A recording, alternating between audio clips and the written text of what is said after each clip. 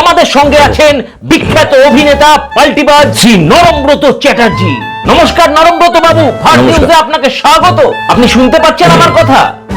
হ্যাঁ হ্যাঁ হ্যাঁ, আমি শুনতে পাচ্ছি। আচ্ছা নরমব্রত, চারপাশে তো আপনাকে নিয়ে এখন খুব চর্চা হচ্ছে। ভালোই তো, চর্চা তো খুব ভালো জিনিস। আচ্ছা বলছিলাম যে আপনি কি চিরকালই এইরকম আতেল? একটা সত্যি কথা শুনবেন? হ্যাঁ হ্যাঁ নিশ্চয়ই। হ্যাঁ, আমি চিরকালই আতেল, এবং এই আকলামিটাকে আমি আমার পাল্টিবাজির ক্ষেত্রে প্রধান অস্ত্র হিসেবে ব্যবহার করি। মানে ব্যাপারটা যদি একটু খোলসা করে বলেন, এসব আতলামো কথাবার্তা মানে কিছু ঠিক বুঝতে পারছি না, বুঝলেন? দেখুন, আপনি আমাকে এই ইন্টারভিউতে কেন ডেকেছেন?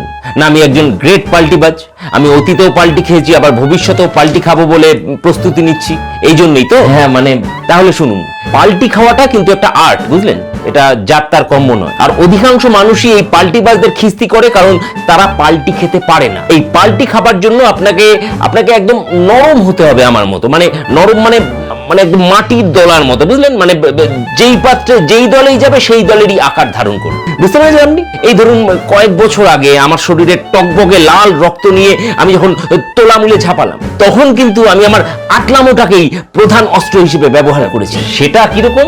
এই ধরুন সমাজতত্ত্ব, রাষ্ট্রবিজ্ঞান, এইসব বিষয়ে বড় বড় লেকচার দিয়ে, দু চারটে ইংলিশে ভাষণ দিয়ে। ইংরেজি যদিও না তো বিরক্ত লাগে।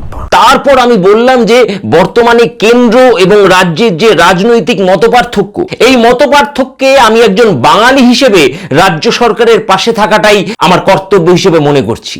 ব্যাস। আচ্ছা আচ্ছা, বুঝতে পেরেছি। আচ্ছা নরমব্রত, এই বর্তমান সময়তে আপনি কি সেই একইভাবে পাল্টি খেতে চলেছেন?